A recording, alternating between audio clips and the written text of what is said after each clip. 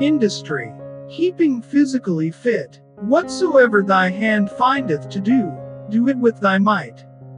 Ecclesiastes 9:10.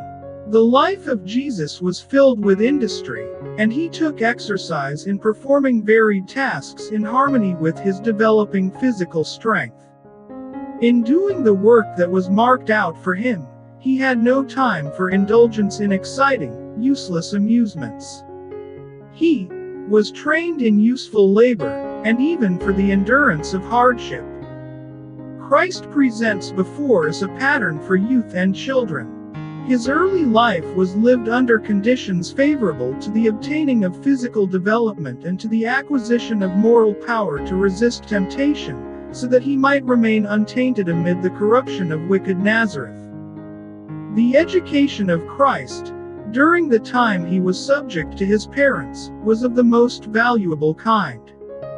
The physical and mental exercise that was necessary to the performance of his tasks developed both physical and mental strength. His life of industry and retirement closed the avenues through which Satan could enter to tempt him to the love of vanity and display. He waxed strong in body and spirit, thus gaining a preparation for the duties of manhood and for the performance of the important duties that afterward devolved upon him. The Youth's Instructor, July 27, 1893. Jesus was an earnest, constant worker. Never lived there among men another so weighted with responsibilities. Never another carried so heavy a burden of the world's sorrow and sin.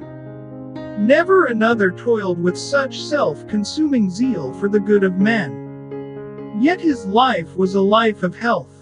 Physically as well as spiritually he was represented by the sacrificial lamb, without blemish and without spot.